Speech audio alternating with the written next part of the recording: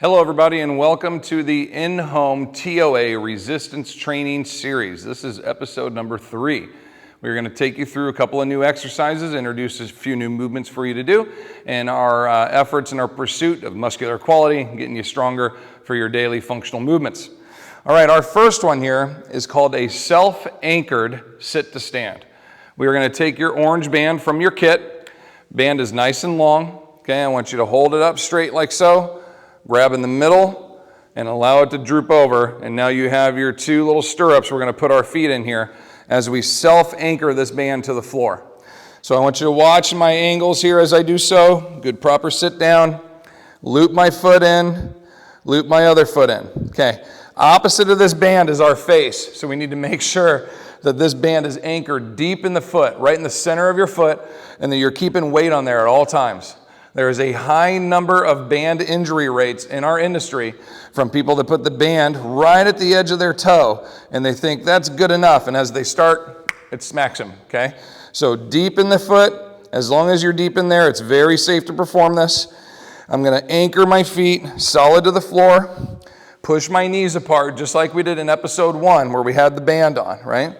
Shoulders are back, chest is up, my hands are palms down, grabbing my band, and then when you're ready, take in your deep breath, and then we're going to blow out and push on our heels and tighten that band up as we come up. So this should be the hardest position in the movement where I feel the most tension.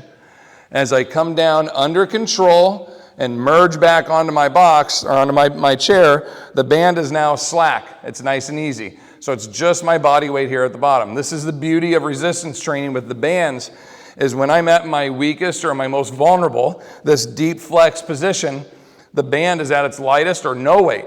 And as I work through a greater range of motion into my stronger position, my standing position, the band gets tightest. So I'm able to work my body mechanics, build my strength through this, but still reap the benefit of true resistance training in my really strong positions. As we get stronger and more efficient, we'll start to up these bands so they will be a little bit tighter and provide more resistance in this position. Right from the get-go, we'll have more bite in the band. So we're going to do 10 of these. Shoulders are back, pushing the heels down. When you're ready, engage and drive up. Down under control, merge onto the box, re-engage, drive up. Remember, we're lifting our toes just slightly, not so much that the band comes off, okay? Heavy on your heels. Chest is up, your shoulders are pulling back, pushing our heels down, pushing our knees out a little bit to the side, and just proud posture every time you come up, okay? Good Superman, Wonder Woman position at the top.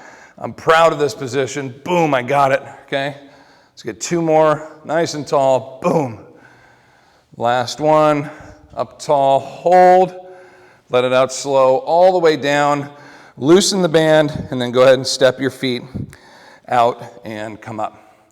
All right, our next one is called a band walk away. We are going to work on our gait steps, but like episode 1, we did the reverse steps. This time we're going to go forward. We're going to walk away from the post. So open your door for me. Slide your anchor all the way down between sternum and belly button height. Here's where we're looking. I'm going to take my yellow band. You could probably do orange or black to start. As we get better at this, we'll start to ramp it up a little bit. And anytime we put a band on over our heads, around our waist, we always go over the head. Now, getting in, that makes sense. It's when you get out, a lot of folks like to just let go and they try to step out of here. Now, the problem is, as you're stepping out, this rubber band is going to catch on your rubber shoe. Down you go. So anytime getting in and getting out, always overhead, okay? Always overhead.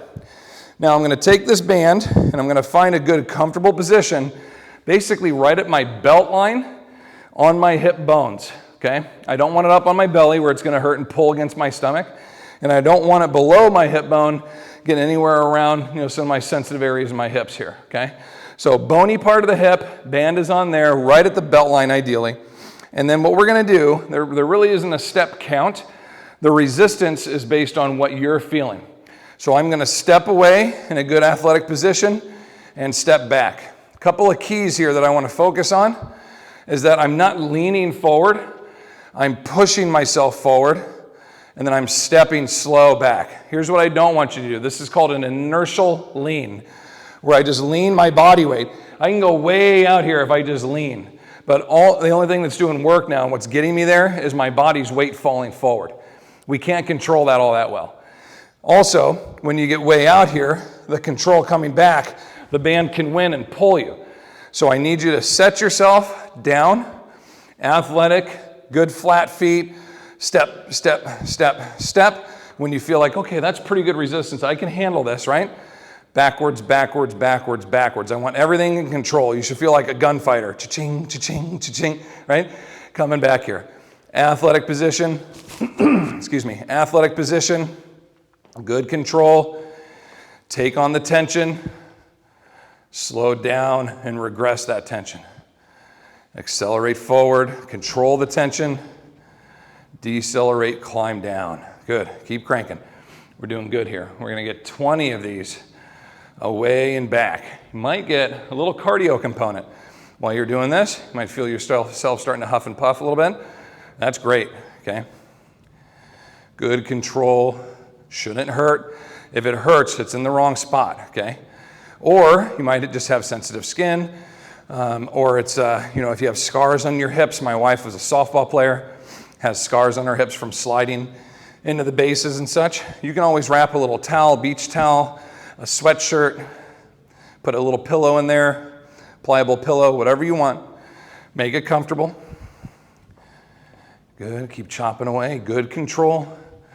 The later reps, 17, 18, starting to get tired a little bit. Stay focused, okay? Don't lose your focus and your engagement with your musculature here. Keep on going, you're doing great. Last one coming out right here, last one. And gentle, all the way back, hold on to your band. We have our slack, up and overhead, always in and out, over the head. Next one, let's grab our orange band. We're gonna hook this guy back up to our mid-height anchor. And this is called an upright row. I'm gonna grab my band, open my hands palm down here, split my stance, and then I'm gonna pull up just at shoulder height and return down low. So it's like I'm going up a ramp, down the ramp. Again, you can control how challenging you want this to be. Down the ramp. And I don't want you to pull it directly to your face. See how I'm in line with my eyes and my chin here? It's just below that, okay?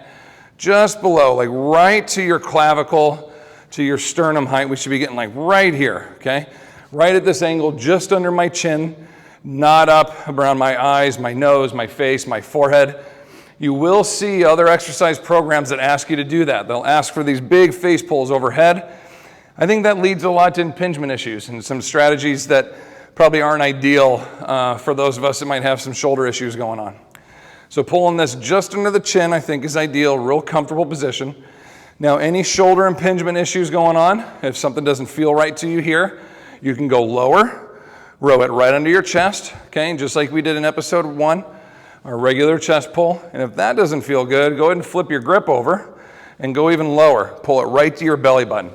Just a traditional palms up. We call this a supinated horizontal row. Okay, so I'll take any of those, whatever's most comfortable for your shoulders, but ideally we're pulling this upright row just under the chin line, and we're gonna knock out 10 of those. I think I just did about 20 of them for you. Okay, next exercise is a straight arm pull down. We are gonna transition, anchor all the way up, close it, lock it. Now, 2 ways you can work on this. We can work on our grip strength by taking our band, grabbing the entire thing, both sides. So now we have what we call an open grip, meaning that the band is not closed around the other side. This is a good grip strength development exercise, but if you're sweaty and tired, you can reach back here and it can slip out of your grip. So if you're concerned about that happening, just open it up, put your whole hand in, and then get a closed grip from there. We're gonna sit back into our little hinge position. Remember, butt out, chest up, chin neutral, okay? I should feel my hamstrings, the back of my legs stretching. I'm gonna place my left hand on my thigh for some good balance, and I'm going to pull my straight arm down and back, trying to go past my hip if I can, and return. Grab the entire band, a little more comfortable on the grip, comfortable on the skin, straight down past you, and return, okay? You're the boss on how hard you want this to be, right? So I can move forward, I can move back, forward a little easier. Back's gonna make it a little bit harder. My shoulder is pulling down and back. Everything's locking down behind me as I pull 9 and 10. Okay, switching hands now. You can see my other hand, what I'm gonna do.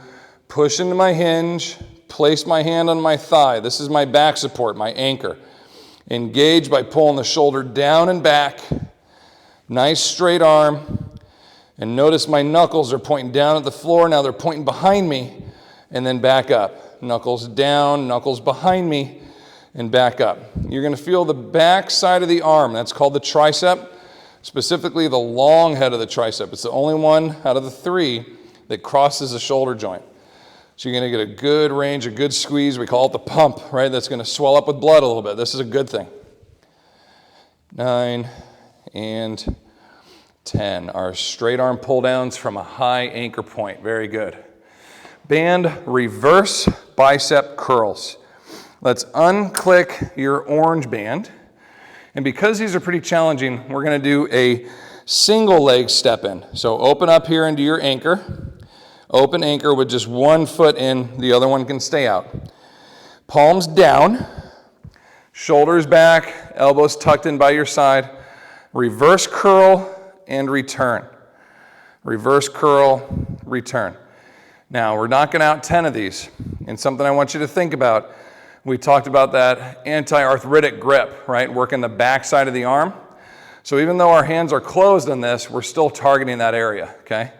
So as I row this guy up here, reverse forearm, or reverse grip here is going to address my forearm, brachioradialis, back of my extensors here in my arm. Reverse curl. Shoulders are pulling back, elbows are tucked right under my side like I have a towel underneath my arms as I curl these up. 10 reps. If I want that to be a little harder, I can put my other foot in. That's going to take up a little more tension. That's definitely a little harder for me. I could cross the band. Definitely a little harder there. I've taken up more slack. Or then I would up band, go to my black one, and I would start that series over again, the 1 foot in, and start from here with a heavier band, okay? Last exercise in this series is called a calf pump. Now, a lot of older sports performance training programs, you'll see people doing single leg calf pumps, right? The single leg calf pump is very, very challenging to perform correctly. Especially when you get tired or fatigued, it's not done well, and you end up recruiting from other musculatures more up around the knee and the back to help you create this action, right? So what I want to do is train and emphasize both calves at the same time. And as we do that, we're going to increase our range of motion by leaning against something. So if you have a wall you can put your hands on, I'll show you on the back of a chair here in just a second, a post that you can hold on to. About 5 or 6 inches below shoulder height is where you want to hold on or place your hands against the wall. And then I'm going to have you back up your feet a little bit. So to increase our range by leaning into the wall, I can go about 4 or 5 inches deeper than if I were standing up straight, okay? My range of motion here, very short. As I back my feet up, whoa, I got a big range now, okay? So our goal, touch our heels to the floor, all the way up, all 5 toes, but with an emphasis of squeezing up onto the big toe. Touch your heel, big toe. Touch your heel, big toe. And just keep pumping these guys out here for a set of 20. You'll hear some cracking. You might feel a little popping. This should feel good. Keep your body engaged, which means core is tight. My butt's sticking out just a hair. So watch me here. I'm not drooping through my back. My butt's up a little bit, squeezing. And if I do this right, after about 15 or so, I should feel this definitely through my calves, but on the back of my hamstrings, back of my legs, up into my glutes, the whole back side, glutes, hamstrings, calves. I should feel all those squeezing up pretty good on me, okay? If you have a chair and you want to perform it on the back of this guy, we can get a little bit more stretch. This is called a donkey calf raise, where you kind of stick your butt back and you're going to pump from here. Range of motion is a little bit shorter, but there's a second muscle under the gastrocnemius called the soleus. And the soleus is also a plantar flexor. This is plantar flexion when you push down. The gastrocnemius is this big guy here. The soleus is right underneath that. And it targets that one just a little bit more because of this forward tilt and the pre-stretch that you're putting on both of those muscles. You get a little more engagement on them, okay? So you can always do this too if you don't feel like leaning into the wall, if it's too much pressure on your back, too much core activation, or if it hurts your hands to push against the wall. This one works just as well too. Gives you quite a burn. That is it for episode 3. Remember, a minimum of 2 rounds, so repeat this video. Go ahead and give me 1 more round, or rounds 3 and 4. No bridges today, so you should be good staying on your feet, doing everything in order. Up to 4 rounds as you feel fit. Adjust your tensions and your bands as you want to challenge yourself more. Make me proud, make you proud. Keep lifting strong, and I'm really happy with the progress we're making it. I hope you're enjoying this, and we'll see you on the next episode. Have a good day.